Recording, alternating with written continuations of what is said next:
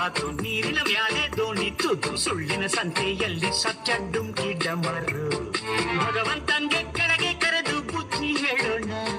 ನಾಳೆಯಿಂದ ನಾವೇ ದೇವರೋಗಿ ಬಿಡೋಣ ಯಾವುದು ಹೆಂಗಾನ ಆಗೋಗ್ಲಿ ಕಾಸು ಮಾಡೋಣ